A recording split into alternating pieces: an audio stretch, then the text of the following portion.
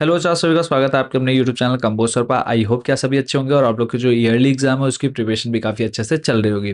तो इस वीडियो में कवर करने वाले हैं क्लास 9th के उस पेपर को जो कि आपके वार्षिक पेपर में देखने को मिलने वाला है, विषय हिंदी के। तो बात करते हैं इसमें जितने भी क्वेश्चंस आपको देखने को मिलने वाले हैं सेम टू सेम आपके ईयरली पेपर में भी देखने को मिल सकते हैं। तो देर न करते हुए करते हैं इस पूरे क्वेश्चन पेपर को स्टार्ट। और जिन बच्चों को इन पूरे क्वेश्चन पेपर के सॉल्यूशन को चाहिए या फिर आप इंपॉर्टेंट क्वेश्चन लेना चाहते हैं, आपके जो भी सब्जेक्ट्स हैं सभी सब्जेक्ट्स के इंपॉर्टेंट क्वेश्चन अवेलेबल है। जानेंगे वीडियो के लास्ट में कैसे आप इन पूरे क्वेश्चन पेपर का सॉल्यूशन प्लस उन इंपॉर्टेंट क्वेश्चंस को ले सकते हैं। तो पहले इस पूरे क्वेश्चन पेपर को अच्छे से देखेंगे समझेंगे। तो पहले देखो, वार्षिक परीक्षा 2026 है, विषय हिंदी, कक्षा 9। समय आपको 3 घंटे मिलते हैं इस पूरे पेपर को सॉल्व करने के लिए और 80 नंबर का ये पेपर रहने वाला है। सभी प्रश्नों का उत्तर देना अनिवार्य है। प्रश्नों का उत्तर यथासंभव क्रमवार दीजिए। तो खंड आ जो है इसमें आपका क्या है, एक अपठित गद्यांश देखने को मिल जाता है और इसी में से आपको ढूंढ करके नीचे जो प्रश्न पूछे गए हैं उनके उत्तर देने होते हैं। तो पहला प्रश्न आप देख रहे हैं, विद्वान और साधारण लोग किसे स्वतंत्रता की जननी कहते हैं। तो सिंपली क्या करना है, वीडियो रोक करके इस पूरे गद्यांश को पढ़िए और इनका आंसर को देने की कोशिश करिएगा। फिर है, आत्म मर्यादा के लिए क्या आवश्यक है। हमारी रक्षा और हमारा पतन किससे होगा। फिर है, उपयुक्त गद्यांश में प्रयुक्त माता का पर्यायवाची क्या है। उपयुक्त गद्यांश में प्रयुक्त माता का विलोम बताना है। फिर है, सबसे उपयुक्त जो है शीर्षक वो आपको बताना है। चलते हैं अगले प्रश्न पर। अगला प्रश्न है, दिए गए संकेत बिंदु के आधार पर किसी एक विषय पर 200 शब्दों में निबंध लिखना है। स्वच्छ भारत अभियान, जिसके अंदर आपको प्रस्तावना, स्वच्छ भारत की संकल्पना, स्वच्छ भारत अभियान की शुरुआत, स्वच्छ भारत अभियान का प्रारूप, फिर उपसंहार। इसी के साथ दूसरा जो है, विज्ञान वरदान या अभिशाप, जिसके अंदर प्रस्तावना, विज्ञान के स्वरूप, विज्ञान की उपयोगिता और उपसंहार आपको तैयार कर लेना है। नेक्स्ट क्वेश्चन रहेगा, अपने क्षेत्र में बिजली कटौती की समस्या की ओर ध्यान आकृष्ट करते हुए अपने नगर के विद्युत अधिकारी अथवा विभाग को एक शिकायती पत्र लिखिए। और मैं आप लोग को बता दूं कि इंपॉर्टेंट क्वेश्चंस की वीडियो जो है वो भी ऑलरेडी आ चुके हैं। तो जिन बच्चों ने तक नहीं देखी है, लिंक आपको डिस्क्रिप्शन बॉक्स में या फिर ऊपर आई बटन पर क्लिक करने पर मिल जाएगा। वहां से जाकर के उन वीडियोस को भी जरूर देख लीजिएगा। इसी के अथवा में अगर आप वो नहीं कर पाएंगे तो आपको अथवा में दूसरा दे दिया जाता है, पेयजल की समस्या के समाधान के लिए अपने प्रधान या फिर नगर अध्यक्ष को प्रार्थना पत्र लिखिए। आपका काल्पनिक नाम काका गा है। अगला है, निम्नलिखित प्रश्नों के उत्तर निर्देशानुसार लिखिए। या फिर दीजिए, का नंबर में आपको पर्यायवाची शब्द लिखने हैं किस किस के, कम से कम 2 लिखने हैं, वायु, वृक्ष, अग्नि और रात्रि। फिर है, किसी एक उपसर्ग से 2 शब्द बना करके लिखिए, अन, अभी, सम या फिर शो। नेक्स्ट है, गा नंबर, दिए गए शब्दों में से 2 शब्दों का समास विग्रह करके समास का नाम लिखिए, प्रत्येक, दशानन, पीताम्बर या फिर यथाक्रम। अगला है, निम्नलिखित उपसर्गों को जोड़कर शब्द निर्माण कीजिए, प्रति और अनु को। फिफ्थ है, संज्ञा एवं सर्वनाम की परिभाषा उदाहरण से लिखिए। सिक्स है, अनुप्रास अथवा रूपक अलंकार की परिभाषा लिखकर एक उदाहरण भी दीजिए।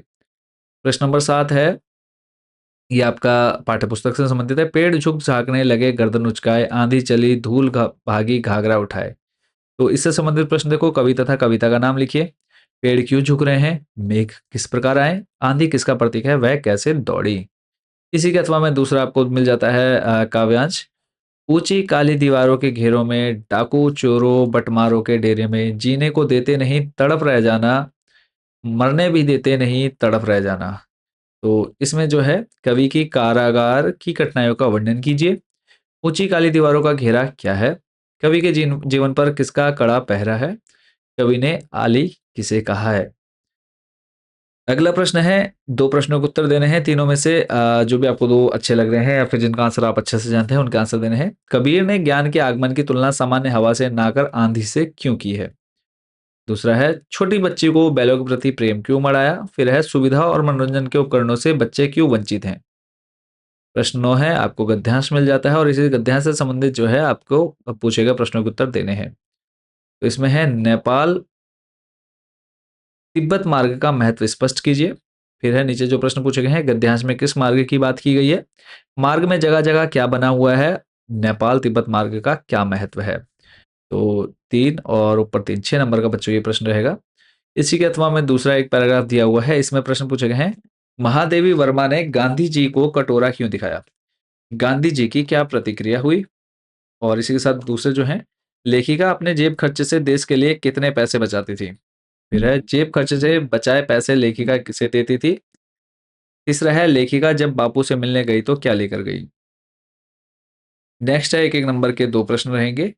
3 में से कोई 2 प्रश्नों के उत्तर करने हैं आपने यहाँ पर। हीरा और मोती के चरित्र की तुलना कीजिए। सलीम अली के अनुसार मनुष्य को प्रकृति की तरफ किस दृष्टि से देखना चाहिए? फिर है, लड़कियों के जन्म के संबंध में आज कैसी परिस्थितियां हैं? प्रश्न नंबर 11 है, 3 प्रश्नों के उत्तर देने हैं, 2-2 नंबर के बच्चों यहाँ पर 3 प्रश्न रहेंगे। पहला है इसमें, मृत्यु का तरल दूत किसे कहा गया और क्यों?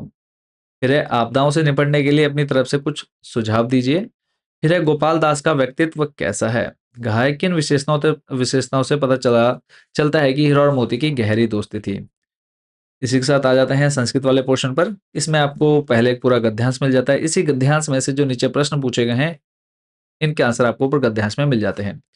कहा, अप्सरः नंद राजात यात्रा इति नाम्या उत्सव रूपेण आयोज्यते। फिर है, पुरातन कालदेव प्राचलंती का। फिर है, यात्रा मार्गे के संति सांस्कृतिक अस्य विशेष पदम गद्यांश चित्वा लिखत। फिर है, श्लोक से संबंधित प्रश्न पूछे गए हैं। अब्दः दूरगामी का भवति। निम्नलिखित प्रश्नों को उत्तर दीजिए। यह पत्र विषय जानती सह का अस्ति। अमुखा स्फुट वक्तः का भवति। 14 है, निम्नलिखित प्रश्नों में से 3 प्रश्नों को उत्तर लिखिए। मनसः सततं किम करणीयम? नदी प्रवाहे का दृष्टवान? उत्तराखंड से आराध्य देवी कहा। पितरः निवारितः अपि सः किम कृतवन्ति? 3 प्रश्नों को उत्तर देने हैं, चारों में से कोई 3 आपको करने हैं।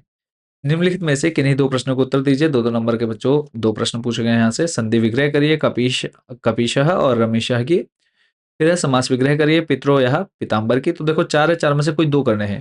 कारक एवं विभक्ति का नाम बताना है। तिलेषु तैलम। दूसरा है, विप्रः गाम ददाति।